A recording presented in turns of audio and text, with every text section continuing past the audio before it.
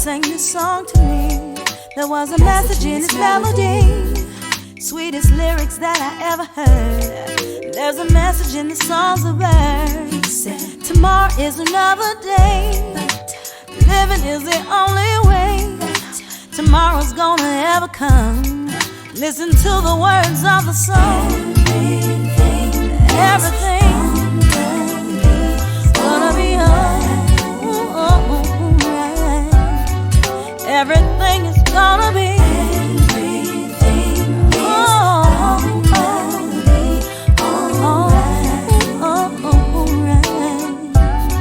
Greetings and welcome to A Sip of Inspirations podcast. I want to thank everyone who is viewing this podcast right now live. I want to thank you for that. And of course, I want to thank the others who will view it later on, as it's available on every channel where you go to watch or listen to your podcast.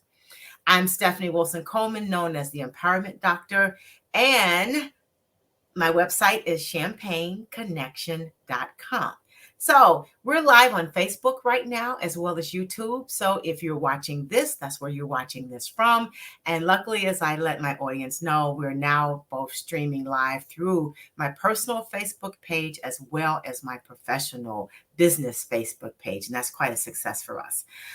With me tonight is Dr. Theresa Canada. She's got a great story, but first I want to thank my wonderful sponsor, Rise.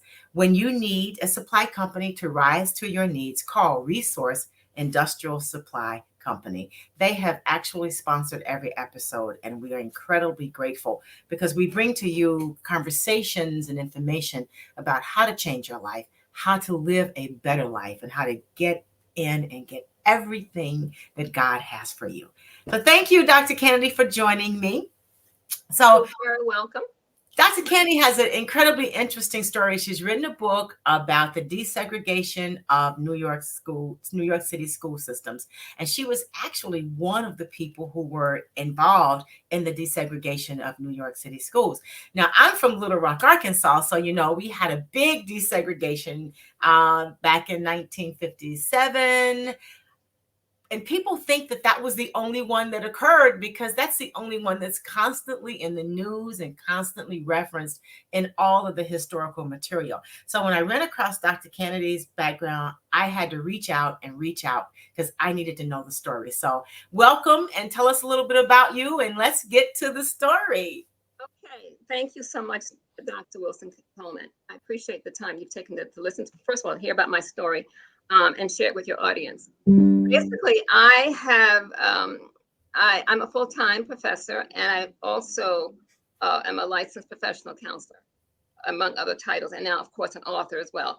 But to talk about this situation, a desegregation of New York City schools, of course, we all know about the Little Rock Nine, and that's the most famous situation to talk about desegregation of schools.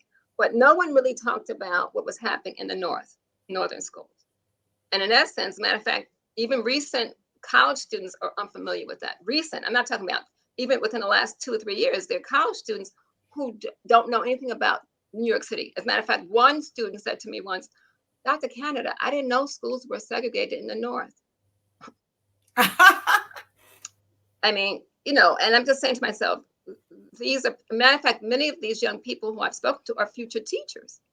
If they don't even know about, yes, that was what's so astounding, that they didn't know anything about these schools being segregated in the North. All they know is that Southern schools were segregated. They don't know anything about it. And these are Northern students.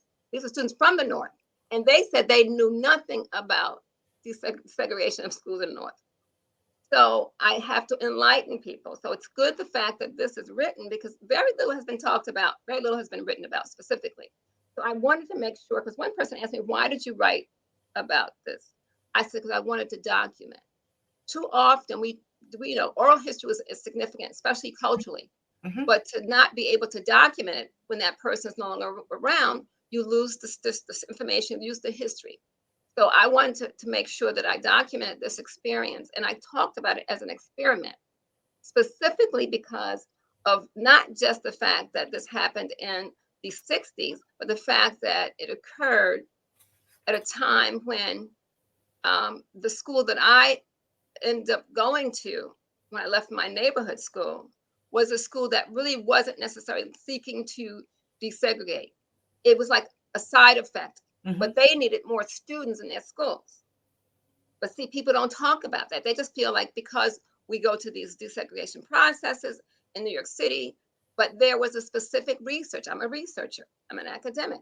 So I researched to find out why was it that our school, that I ended up leaving my neighborhood school in Harlem, New York City, to go to a school on the Upper East Side, and there's nothing written about it. Nothing. So I found out that there were other schools that did similar kinds of things, but not specifically to what took place with me and many of my classmates, women in the book, where we were actually taken from our neighborhood schools and placed in this particular school. But there was and I call it experiment because there's no documentation of this particular incident. But what was happening that was documented is the fact that New York City schools, public school system, basically were looking for ways to desegregate the schools. That was based upon, of course, the Brown versus the Board of Education decision. And in New York City, there were many people who gathered and tried to come up to find a way to make some changes in New York City. So they came up with an idea of feeder and sender schools. Okay. Sender schools were the schools that were overpopulated, and feeder schools are ones where those schools needed more students, and they will allow students to come into. So there's documentation of places where students, mostly Black and Puerto Rican students at the time in New York City, those areas were overwhelming with the migration, and with also the housing segregation and so forth. There were schools that was in your neighborhood where you attended school, which is pretty standard in New York City. But they were overcrowded. The schools that I was in was overcrowded, whereas the schools in other districts weren't as crowded. So they tried to find ways to bring the overutilized schools to the underutilized schools. Okay. I hope I'm explaining that to your audience so they understand what I mean by that. So I was part of that experience, but that particular school that I attended was PS6, which was not part of that documented feeder school. That's why I wanted to tell the story. Because when I was reading this, I said, wait a minute, where's my school? Because they list the schools that were feeder and sender schools in the research. You can find it in the documentation in the New York City archives. But my school was not listed. Okay. My school that I left was listed as a sender school. But the school that I actually attended when I left my school was not a receptive school. Okay. So that's what I wanted to write about this being an experiment. I wanted to clarify that people think it's just a standard. It wasn't standard. There were other activities taking place in terms of trying to find ways to get more inclusiveness in terms of diversity within schools. But the school that I actually left my neighborhood school for was not one of those schools. And that's why I listed as an experiment. Does that help? That does help. So you have this experiment, and now you all are being sent to other schools. So what was the reception of you all to this new school? I'm sure they didn't serve warm milk and cookies, right? It was very interesting. Now, mind you, we're 7 and 8 years old. Okay. We're clueless about, all we knew, we weren't going to our regular school. We were kids. We didn't know anything about the dynamics or anything else. We just were told that we were going to the school. At least that's what I was told, that I was going to a new school in the fall. Now, there are some of the women in the school did talk about how their parents or their mother was approached, and they had a discussion about this and why they thought it was a good opportunity, blah, blah. Now, I assume the same thing occurred in my household, but I wasn't privy to that. Of course, I was 7 or 8 years old, so how can I be privy to that? And if I did, I didn't understand what it was anyway. Right. So in that sense, I'm thinking, this was a decision. I do know this. What I do know is this. I know that when I was in 3rd grade, I was reading at an 8th grade level, and my math scores must have been about the 7th grade level.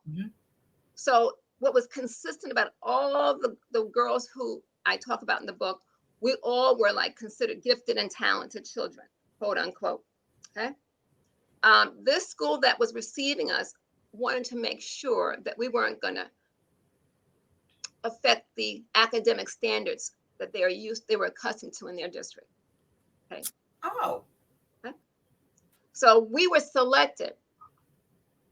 We didn't just get on a bus, a yellow school bus, and go to another school. That was not what took place with any of us in this book. Okay. And that continues the whole idea about the experiment.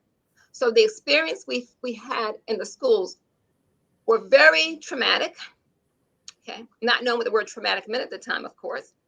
But it's interesting. Sometimes when young children are in situations, they either adapt or it's like fight or flight. Yes. Okay. People understand the idea. Like if you so either you fight or you flight, So I believe the majority of us who attended the school, the ones in this book, we fought. We fought. We were successful. We graduated. We went on. We did other things in our lives. Okay. Now, mind you, I'm not saying that what happened to us didn't have an impact. It was obvious, but somehow or another, we had support in our families, our communities, and in many cases, the Black church. Okay. So that kept us inspired to keep going, despite all the kinds of things that were happening. We wouldn't get called on for assignments to be the whatever assignment you have. You have to be the monitor, or you be the guard or something, you head of the class. That was never offered to any of us. All right.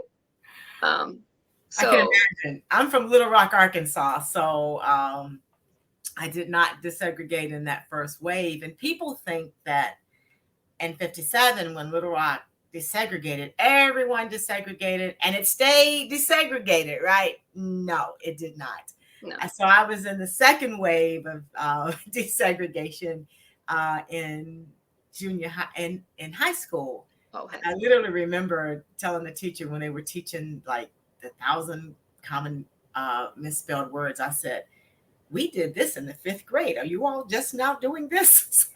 So yeah. Well, that's another topic, because there's the latest thing that's happening now, talking about the all Black schools and what happened, what desegregation did negatively for Black principals, Black teachers. It eliminated the schools. Because I have a relative who was a principal at one of those Black schools in the South, and it just decimated and the thing about it, I used to go. Now, this is a story. When I was a child, we have family members from the South, and the schools in New York City, the first day of school was in September, but the first day of school in the Southern schools was in August. So we may have been visiting family members and down there, and so we at that time, my older sister and I were able to go get on the school bus and go to the schools with our cousins. Now, don't do that now, of course. That's right. But that at that time, that happened. That was an option. So we would go to schools. And I'm going to tell you something. When I sat in those rooms, the kind of structure that was there, the kind of positivity, the guidelines, no this, no tobacco, no chewing tobacco. I mean, just things right. that you no gum, no right, no none of that. Right. All the and being respectful. So to think about and to have exposure to that, okay, and then to see what occurred in many other schools that became desegregated, and the kind of position that students of color had to go through in these quote unquote foreign lands, unfortunately, was traumatic, and it was also terrifying in many cases. But also, I think of it from the academic point of view. I believe that you said you attended high school, and that was your first experience. There are two things I want to share here. One, I believe that the earlier you have access to something, the better long term. But it depends upon the kinds of experience that you have. If your experience is not something that's positive or encouraging, it could deflate you and you just never go any further. Okay. So when you wait till you go to high school, because I'll tell you, when I attended college, there were people who had never been to schools, but all Black students. And when I attended college, they had never been in an environment that was diverse. Whereas for me, I had been in diverse environments since I was in 4th grade. But technically, even in my 3rd grade class in my Harlem school, I consider that diverse because I had a classmate who was Chinese, had a classmate who was Puerto Rican. So, and because of the community at that time still had people, where I live, people in my building were from Greek. The superintendent was from Czechoslovakia. We had people from the Caribbean, from Barbados. We had a variety of people around me. So that's what I'm saying. But that changed at some point. But what was so astonishing is the experience that we came across. It was the teachers treated us like they pretty much didn't like it. They were probably resentful because, of course, during that time, there were people who, and even now, you have issues of people who just don't see the value and worth in a child of color, specifically Black and Latino students. I mean, to this day, you still have that. So you can imagine what happened to these little 8-year-olds who cannot defend themselves and may not understand the nuances that take place in the school system. All they know is what they knew when they left their other schools. They figured the same thing would be happening in this new school. But to be honest with you, what helped me personally was my relationship with a really close friend who sat near me in the school. And to this day, we're still friends. She's one of the other people who was interviewed for the book. To this day, we're still close friends. Okay. So it says a lot about, and if it weren't for her, I said to her all the time, if it weren't for you, I wouldn't have made it through PS6. Okay. Whereas my experience was different from hers. Her story is different from mine. It does tell a composite of the kinds of experiences that many of the young girls went through, which I think was horrible for many people. And I think, that's why someone asked me, why didn't you have a story about the young boys? I said, well, because they didn't stay. They didn't stay. They didn't have as many, and many of them just left. Some of them in the first year that they were admitted to the school. So I didn't have enough to interview in that sense. So what sort of racial incidents did you have to endure while you were integrating into this new environment? As people don't understand that the things that happened in the waves of desegregation of schools across the country were could be incredibly violent, especially when we're talking about small children. Right. So what were some of the incidences that you and your friends had to actually endure? Because no one was coming to your rescue. No, not at all. Well, I'll just tell you one example of one girl in the book talked about how one white girl came to ask to play with her and her group, whatever. And she said, sure. But then the group said to the friend, we don't want her to play with us. So she came back and she said, I'm sorry, we can't play. And so my friend was like, oh, okay. And that was it.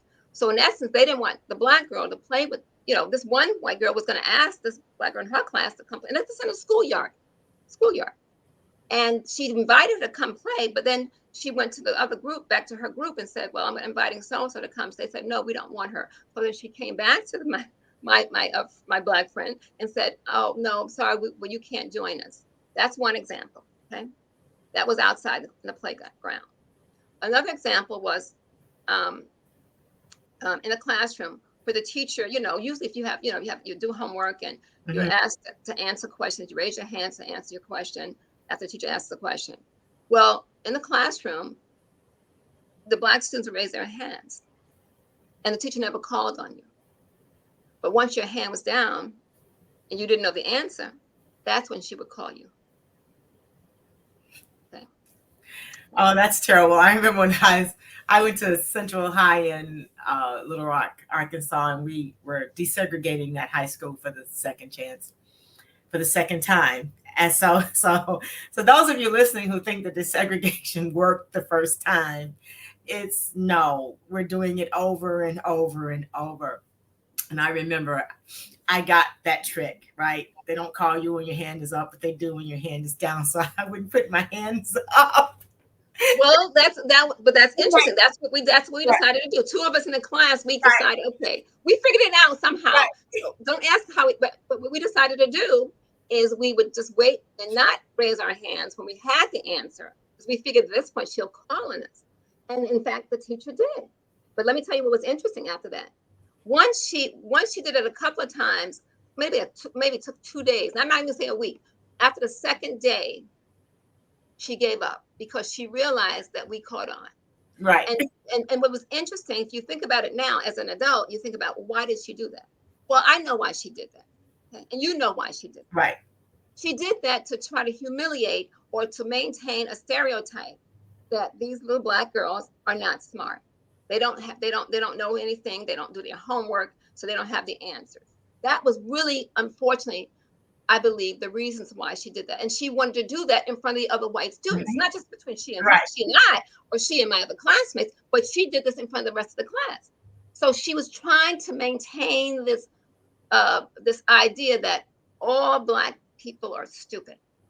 Okay. For wherever she got that from, that's really, I think, if you think about it now as an adult, you think that's why she did that. So when she realized we had the answer, so she had to give up on that particular ploy didn't work anymore. So she tried to find something else to do. So that was really a key perspective about the academic point of view.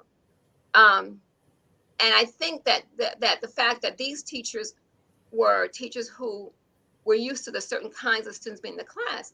So they, as a matter of fact, even if, it was like a resentment, they resented us, but they needed us at the same time. Okay? But mind you, as I said in the beginning, we were all selected. And if we didn't have certain academic so forth, I was going to read something from my book. Okay. It's a story about Miss Hawkins was one of the people I interviewed, who was one of the teachers at the time in the local elementary school that I attended. Okay. And I want to ask her about that, how do they select? The chapter is called Select a Student. And in what she said to me, basically, she said, PS6, her name is Miss Alberta Toppin. She said, PS6, quote, PS6 wanted to handpick students. They wanted kids to fit in academically. She also stated that, quote, it was not the intention of PS6 to integrate. The major reason was to fill classrooms, end of quote. Oh, wow. So growing up in that environment, how did you all help each other just sort of maintain some sense of stability, emotional stability, while you were experiencing attacks from adults that you weren't really prepared for? Well, I believe as children, you don't, we all process differently. Okay. As I said to you before, I have my close friend who hated that experience. She hated being at the school. She hated everything about it. Okay. But I cannot say the same thing, because what it did, it opened up access to situations and environments that I had never had access to, which has led me to be who I am today. All right. So I'm just saying that my support specifically, and I think it was also for some of the other girls in the book, we had each other. We knew each other. We knew each other's families. Okay. We may visit each other's homes. So it wasn't as if we were like isolated among ourselves. So we would use that as opportunities to support each other. Okay. Even so, not just our friends in the school, but even the neighborhoods we came from, people in the neighborhoods knew we were not in the neighborhood school any longer. So they would say, keep up the good work. You're going to make it. You're going to make it. So you would get encouragement from people in the community. All right. Which I think is lacking now. I hate to say it, but that's what occurred back then. So that was something else. I mean, I'll tell you, there were some terrible experiences, and I'll tell you one specific one about me personally. I was taking, there are school buses, yellow school buses, and there are public buses in New York City. So we never took the yellow school buses. Okay, the women in this book, that's why it says experiment. We didn't take the yellow school buses. We took the public buses that other kids took to school. Now, if you lived like more than 10 blocks away from a school, you were eligible for a New York City bus pass as a school student. Okay, so we had bus passes, so we could take a public transportation bus from wherever we lived, and to get on the bus and go to our school. Even though we were further away, we still had that access. When I remember specifically, now I'm a very short-statured little girl. I had a book bag, and I played the violin. So you had to carry a violin to school. And I'm waiting for the bus, which is really right in front of my where we lived. Do you know the bus driver passed me by?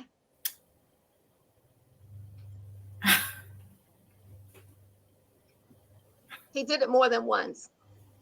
Because it's the same time you wait for the bus. It's the same driver at the same time, same schedule.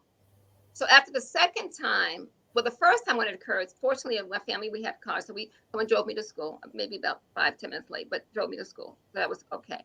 So then I wait, the next time it passed me by again. And I got the number my father said, get the number of the bus. My father was a transit person, and he said, get the number of the bus. So I got the number of the bus when it passed. I came back upstairs and told my mom, this is the number of the bus. So apparently either my dad or my mother called the transit and said, this bus passed, my daughter, whatever. And the next thing I know, the next day, he stopped. Okay. But when I got in the bus, he was annoyed. He was annoyed for the entire school year. His affect on his face, his movements, his it was like out of like resentful, just being resentful. You could tell the resentfulness in his face. And this is as a child, I could tell. So that in itself gives you an example. So we didn't have to just deal with the school. We dealt with it sometimes even getting to the school and back. And back, right. Because he knew what stop that I got off of on the bus. So he knows I'm going to school. Mm-hmm. So I'm thinking, it was like, why, you're going from this neighborhood to that neighborhood to a really good school in this neighborhood. Now, let me tell you, if people who know about New York City, the school that I attended from the 4th grade to the 6th grade was a block away from the Metropolitan Museum of Art. That's the kind of neighborhood the school was in. The museums are surrounded by you, the posh stores on Madison Avenue, nice fancy restaurants, Park Avenue. It was surrounded between Park Avenue where people had the duplex apartments in the buildings and so forth. That is the kind of neighborhood this was, which was very different from my neighborhood. Okay. Now, I thought my neighborhood was fine, which in my sense it was fine. It wasn't really a bad neighborhood. It was a nice neighborhood, but it wasn't like that. Right. Okay. All right. So those are the kinds of things, like I said, but what it did is it allowed us, those of us who attended, to get exposure to things that we might not have had exposure to, Mm-hmm. which led us to move forward in our lives in different ways than had we not attended that school. Now, for some people it didn't, for some people it did. It just varied. I think a lot has to do with the household you came from and Mm-hmm. the kind of encouragement support you received at home. I think that could have been the bottom line. So does that kind of help? Yeah. Did the experience at school get better for you each year, or was it the same? It varied. It varied. Who your teacher was and what class you were in. Then I have to mention this because this is very significant. The year after I attended that school, they started the actual desegregation of yellow school bus children not being tested. See, we were all tested. We were tested for music or art, and we had to have certain grades. The group that came the year after I started that school were just people who were bused on yellow school buses. Okay, so it was a different group of people. So this was my 5th grade, going to my 5th grade. That's when things change. You have more diversity of students of color coming in. Okay, significant. Okay, matter of fact, I have my 6th grade class picture on my desktop. Okay, it's my screensaver. So it's a very diverse class. But basically, what happened is that I think that by that time, the teachers were like, okay, this is what's going to be like. It's not going to go back to how it was before.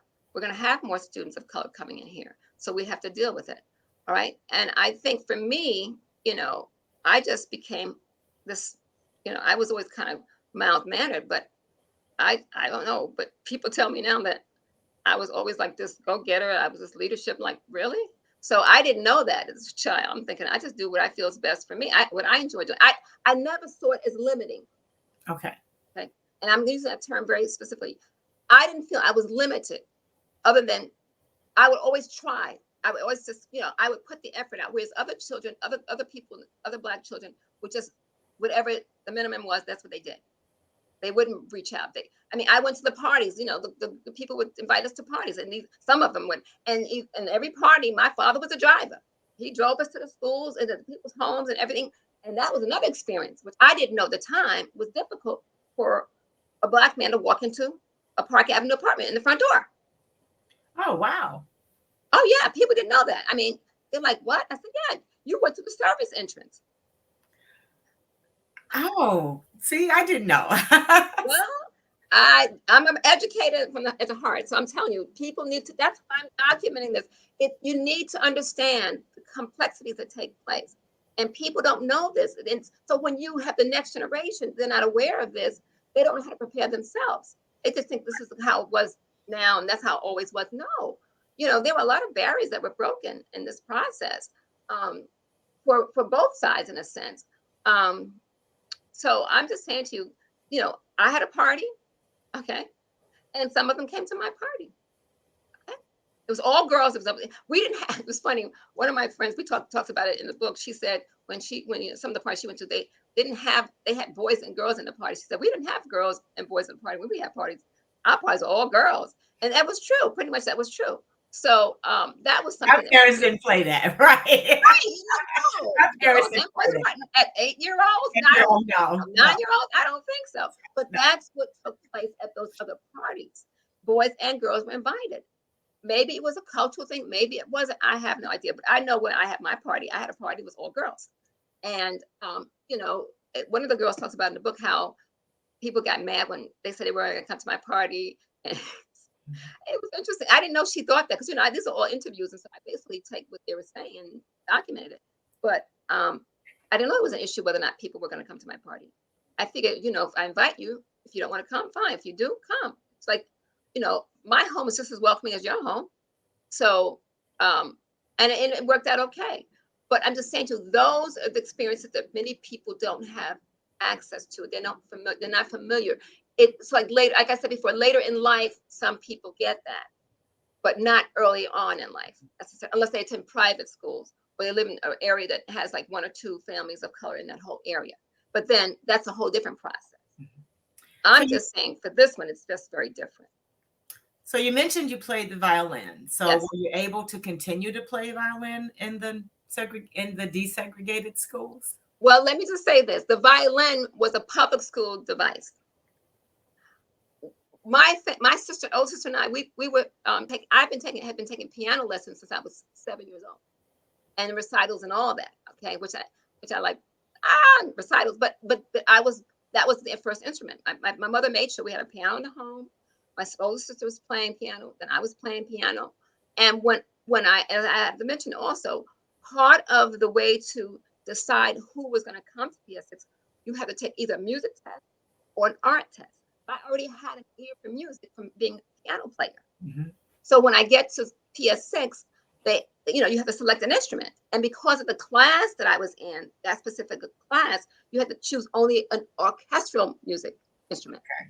Okay. I didn't have a choice of the band. I had a choice of only orchestra. That was just what was given to me. So I wanted to play the cello. And they said, no, you can't play the cello. You're too small. I said, what about the viola? No, arms too short. I said, okay, what's left? The violins. So I was given the violin. I didn't choose the violin first. My first choice was the cello. Okay. So I had a private lessons in the piano, and I had public school lessons on the violin. And I played the violin from the 4th, 5th, 6th, 7th, 8th, and 9th grade. Fantastic. Okay? Cool. Yep. And I was one of the best violin players in the city of New York during the time that I was in junior high school. So as you guys were integrating the schools, did you ever get to a point where you felt that you were welcome? No. That's a quick answer. No, not at all. Not at all. Not at all. You think about being welcomed, people sometimes go out of your way or whatever. I just know in my 6th grade, for my 6th grade class, was one of my best years there. Okay. A lot has to do with the teacher. She was warm. She was young. She was, receptive to everybody. And I think that had a lot to do with it because of who she was and how she perceived students in the class. That was my best year. 4th was my worst, if you want to call about the kinds of experience. And I was probably because it was still the beginning part of this desegregation process. The 5th grade was so, but the 6th grade was my best. Okay. But 4th was the worst. So what are some of the other differences between, say, segregation in the North and segregation in the South? Because I know in the North, in the South anyway, it it could be it was violent. I don't have another word for it. Everyone knows the stories about the National Guards having to be called in to protect the children or not protect them, whatever. So did you guys have those kinds of experiences? The only thing I recall from one of the girls in the book talks about, which I wasn't aware of, I guess she was a year older than us. There was a boycott and a protest outside the school, the end of my fourth grade year. I remember it a little bit, but one person talked about it more specifically in the book. And it was a protest because, and I found out through my research, is that because they want to have more significant integration of the schools. Okay. So they changed the zoning area for people who were attending, some people who were attending PS6. So there were people who had been there initially, and they were in a certain zone. They were supposed to come to PS6, but they rezoned the area so that some of the predominantly white students could now go to some of the more brown or black schools. Okay. So that occurred when I was in the fifth grade. So the protests were taking place at probably the spring of my not the fall, but that spring. That's what I understand. So that was something that was very interesting. So basically, some of those kids ended up going to other schools because they wanted to have more white people in other schools. And that was because of rezoning. And that's why the protest was there. They were saying that we were taking spots from children who actually are in the district. Okay. So the handful of you guys that integrated the schools, did you all stay in touch as time went by, or have you guys had a reunion? And how do they feel now? Because I know change is generally good, especially this kind of a change, and then being able to experience the kind of education, not just school education, but the social education, just being able to be around museums and to see those kinds of things generally will change a person's trajectory. So how do they feel about that? Well, the book was written, wow. We were 8 and 9, maybe 8 or 9, 10 years old. I think maybe some people may have been 10. But I didn't interview people until the 90s. Okay.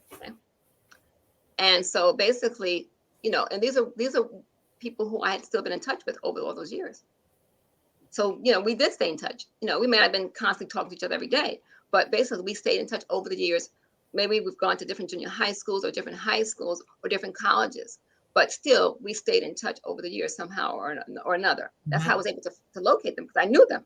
It wasn't like people who I didn't know and I just happened to find out. So did you attend PS6? No, I knew every single person in this book personally. Okay. So it was easy in that respect, but it didn't dawn on me that this was an experiment until I actually did the hard research. Okay. And basically, if you look at each story of the 7 girls who are in the book, it talks about their life once post PS6, right? So you can see what they did, what they became, and what they did career-wise. We did pretty okay.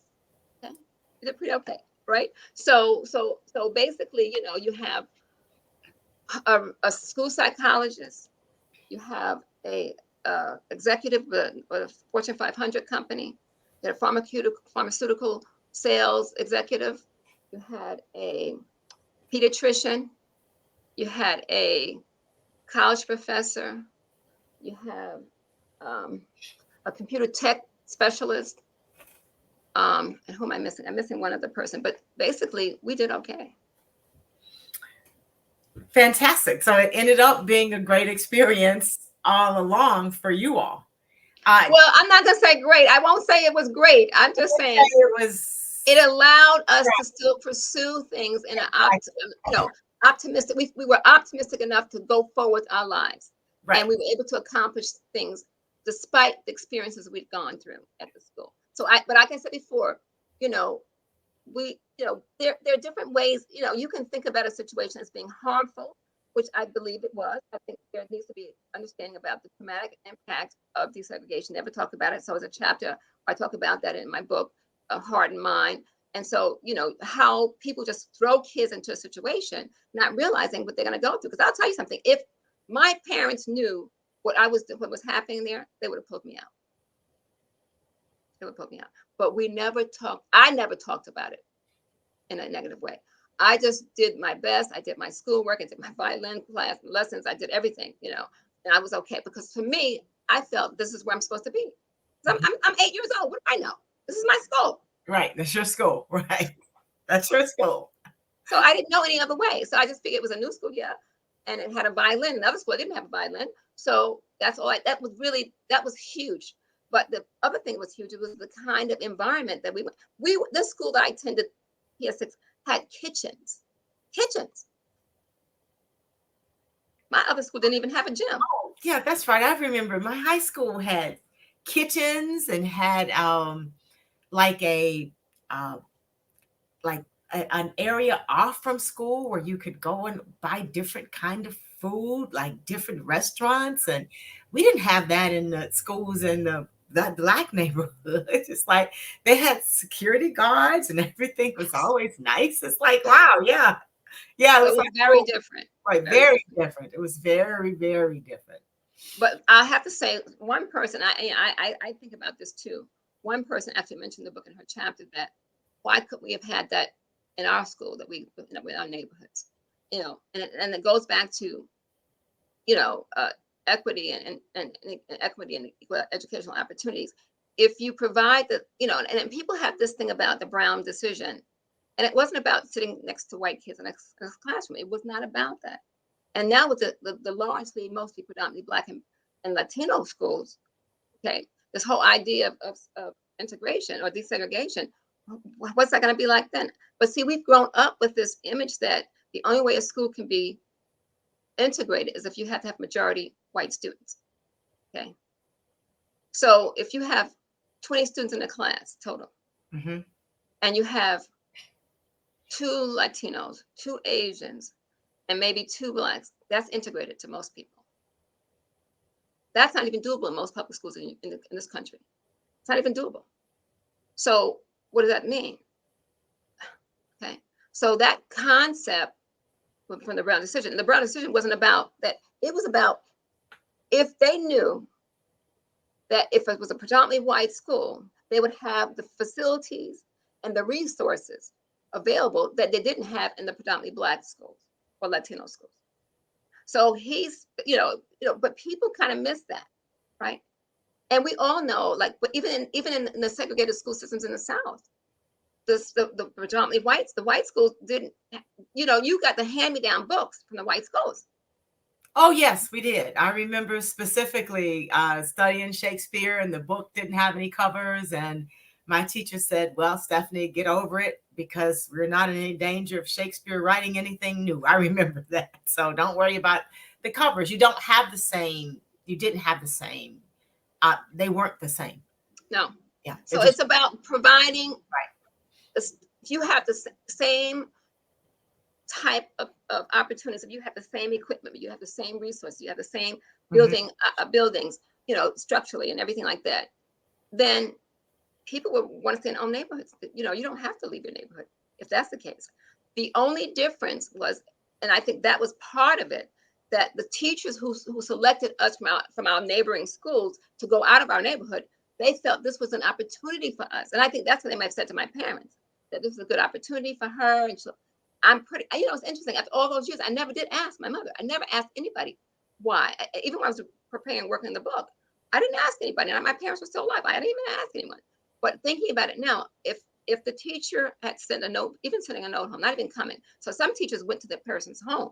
That was back in the day when you go to the student's home. That's right. You went to their home. Yes. But they didn't come to they just may have sent a letter to my home. And if it's anything that was an enhancement to my education, check. And that's probably what happened for me. I'm pretty sure. And it's interesting because my older sister, she didn't have that. But she asked me just after the book was written, why didn't I get tested? I said, I have no clue. You're asking me, I have no idea. So, it's just that I'm just saying to you, this experience was such that it had different effects on different people. But what it also says that the significance and importance of being able to educate all, okay?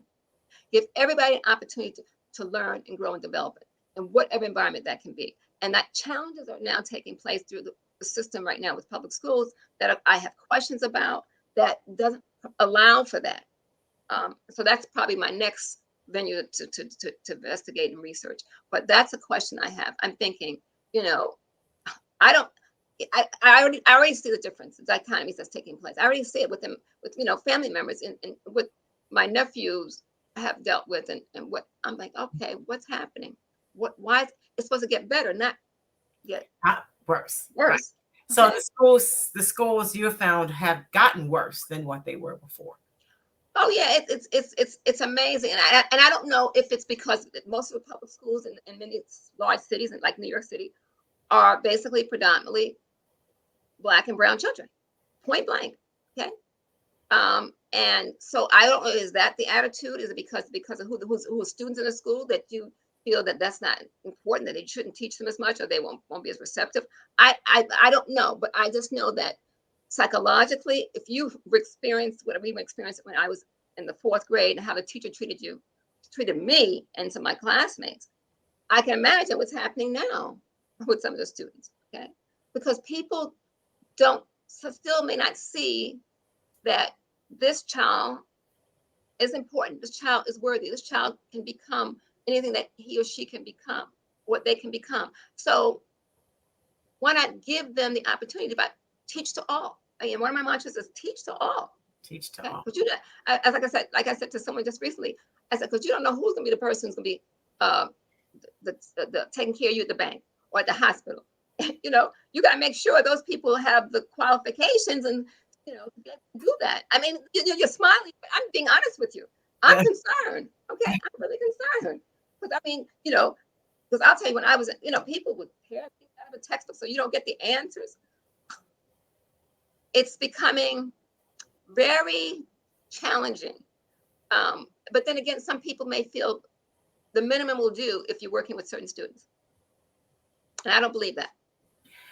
I don't either. Those same students, as you said, you could meet them in the bank, you could meet them in the hospital, where you want everybody to be doing their best, and we have to teach the best in the school system. So going forward now, what do you think parents could do to sort of help the kids have a better educational experience? And then what would teachers need to do? Because I think people are just kind of winging it. They don't really know what to do. There's no clear-cut answer. Well, there's a growth of homeschooling across this country. Okay. And that not just of course, more parents of color are now considering that, but many of them can't because of their work, how much they have to work. Both parents work and blah blah blah, and so forth and so on. So that's one of the reasons why they're not doing as much homeschool, or they don't have a schedule that will allow them to homeschool.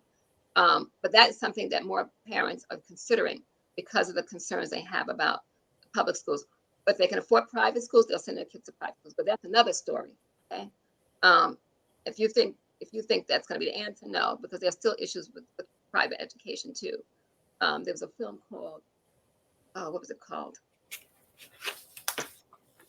The Prep School Negro, that was out several years ago. That basically went around and interviewed children who had gone to prep schools and their experiences, which I thought was fascinating because it kind of reminded me of the experience that I went through at PS6.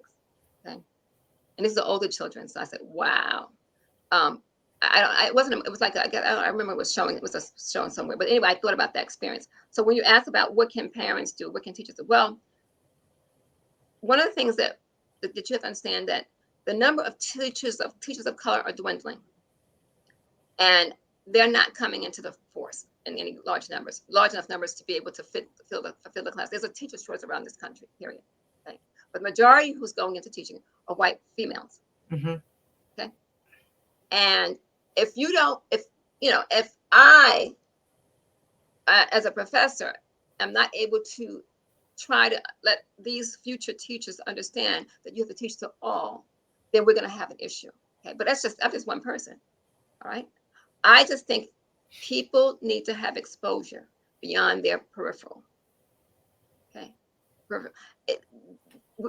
Even though the world can be seen through the internet, people are limiting themselves And they're not traveling in different neighborhoods in a different country. There are people who've never been out of their state that they live in.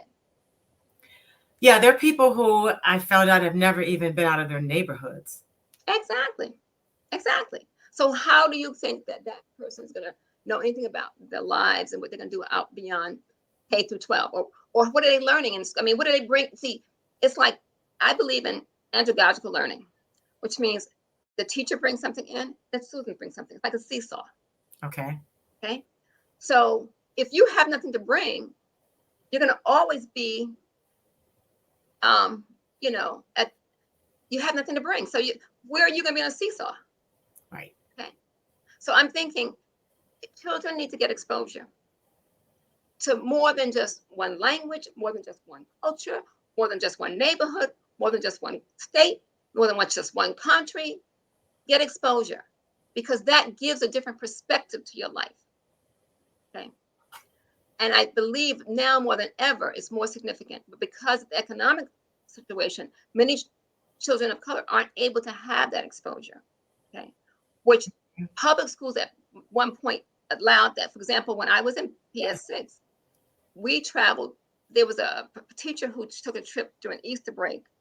I guess it was whatever, spring break. It was called spring break, to Washington, D.C. He was a social studies teacher. Yeah. And there were three of us black kids who attended, whose parents allowed us to go. And I was going to go, right? So my mother said, anything's going to enhance education, let it go. Now, this was a very interesting time. And I didn't realize at the time, because I'm thinking, okay,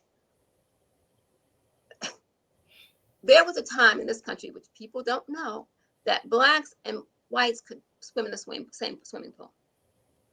Right. You couldn't sit. That's right. You couldn't swim in the same swimming pool. Yes. Well, when I was in 4th grade, this was still some of that going on.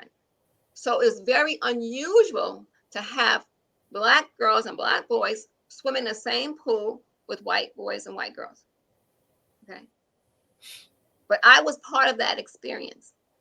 And I didn't think anything of it, because I figured our class was going with groups of friends. And it was just 2 black girls, my friend and I. It wasn't just somebody strange, but somebody I knew. And we knew each other, we knew each other's parents, we would visit each other's homes. So the 2 of us were roommates.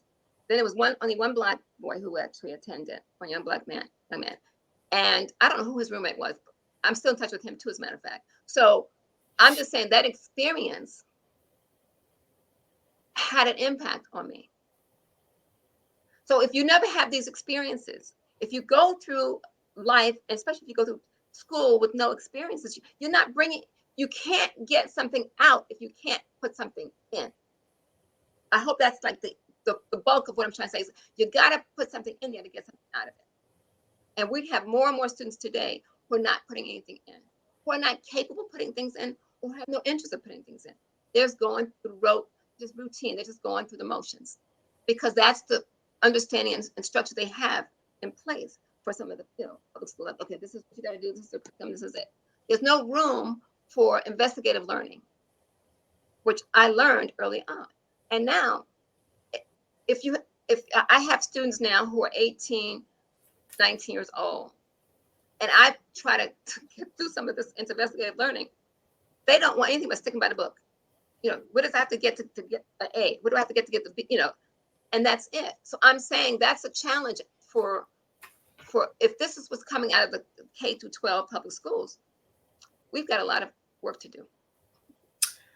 Yes, because that type of, I just want to get enough to do an A, just will not work once you hit the workforce, because they want new ideas. They want you to investigate. They want you to actually make a change in the company's bottom line. And we do have to start teaching that early.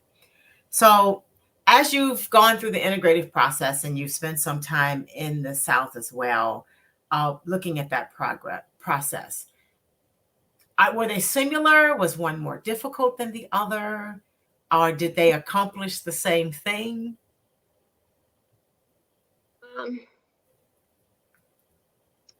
What was disheartening? And let me just start by saying this. My best teacher I ever had was my first Black teacher. Okay. And I think I say that in the book also, in the chapter, that you'll probably figure out who I am if you ever read the chapters. But to me, that was the first time I saw a Black teacher in my life. All right, and this was 3rd grade. She was tough as you don't what, but I was able to rise to the occasion because I wanted her to see that I can do this work. And she challenged everybody in the class. It wasn't just me, it was everyone. She wanted everyone in that class to know that they could do this, they could accomplish this. Okay.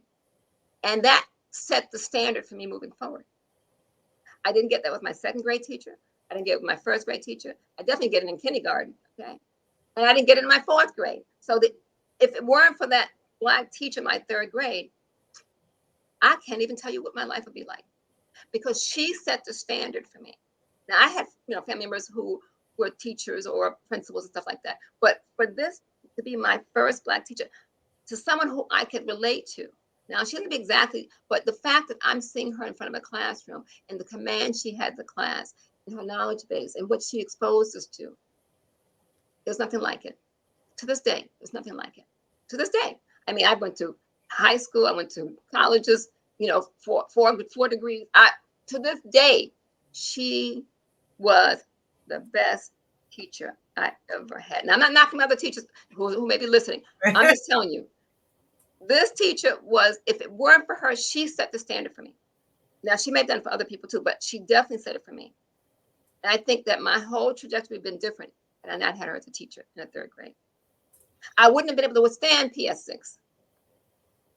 Okay, because she set high ideals for us. She said us like, you can be this, you can do this, you can go here. That's what she kind of ingrained, not knowing that's what she was doing, but that's how I felt by being in her class. And we stepped up. All of us in the class, we I don't think we had the top class in 3rd grade, but still we kept going up. She wanted the best out of us. And I can't say that from when I went to PS6. I can't say that. I really can't.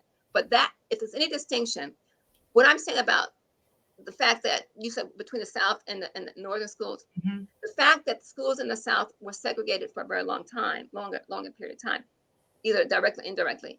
Those Black teachers they wanted to give the best to those students in those schools. Okay. And I witnessed that by sneaking in the class before the school started in New York City. So yeah, I witnessed. If I hadn't been in the classroom, I would never seen that. But I did see some of that. And I'm thinking, wow, these are all Black kids. And look how they're sitting, paying attention, and they're excelling. And they have the guidelines up there, and what you're not going to do. And you're walking. Nobody's running around popping gum or hitting people or whatever in the hall. None of that nonsense. I'm telling you, it was a huge wake-up call.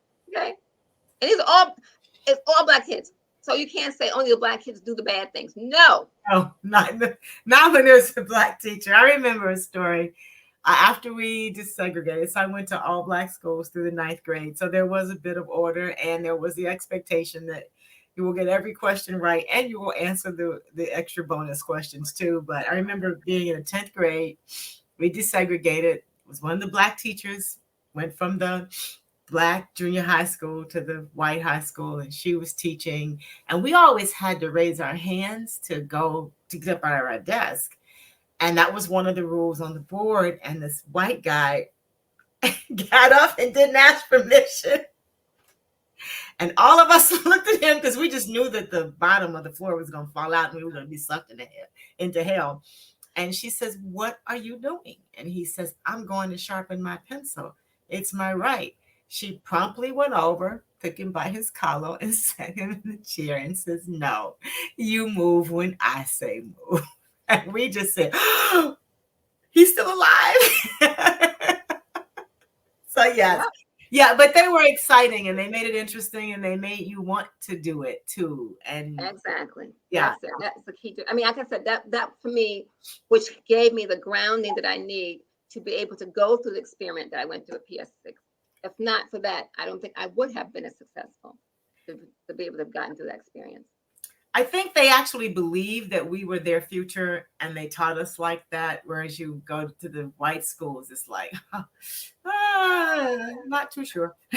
Well, it's like, and even the way in which students of any student of color went to predominantly white schools, they were like, okay. I mean, even today, I hate to say it, even today, Mm-hmm. go to a school district that's pretty affluent in parts of New York State or parts of Connecticut or Massachusetts, you're going to see the same thing.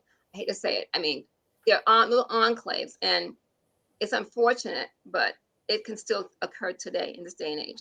I mean, if you have a college student 3 years ago who said she didn't know the schools were segregated in the North. Yeah, I know. Right. That's in a nutshell. That's it in a nutshell. So I can say that's it in a nutshell. That's right. Okay. So, and the ironic thing is, this student was prepared to be a teacher. Okay.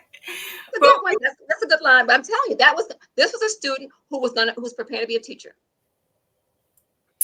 Okay. Well, I want to thank you for joining me. We are out of time. Your story was incredibly interesting and enlightening.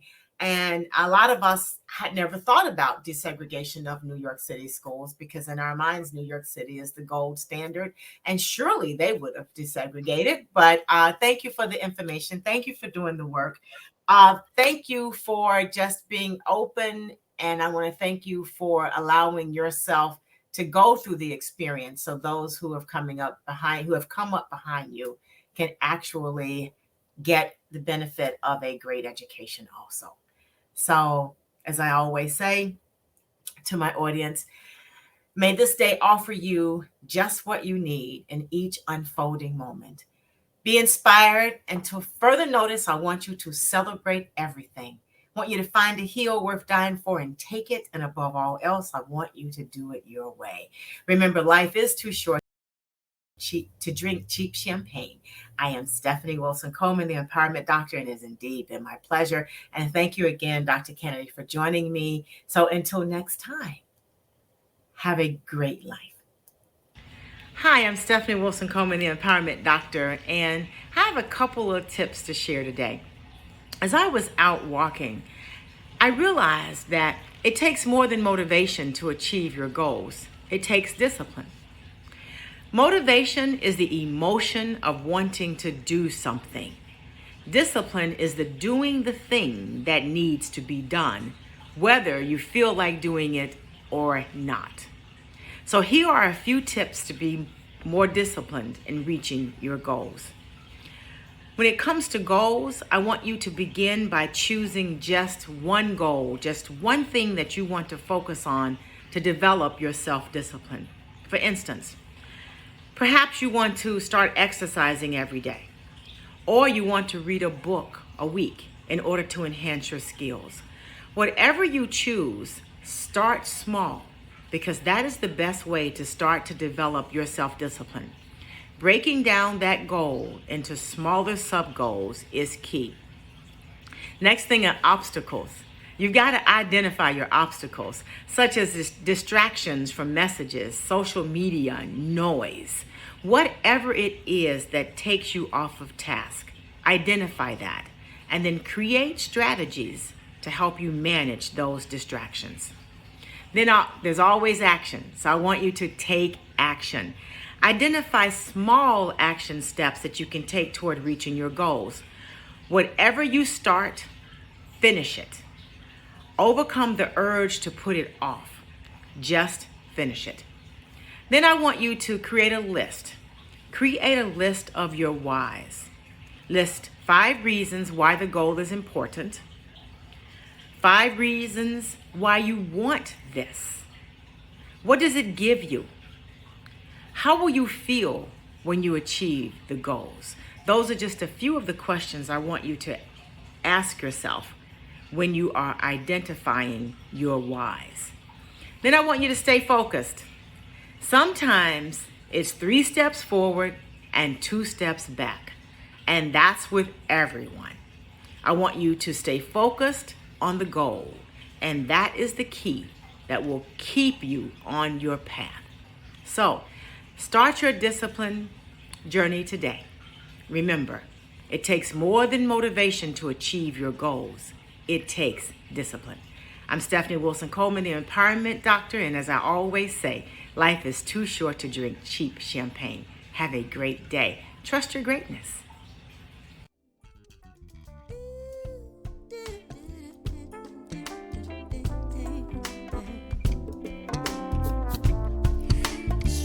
Baby,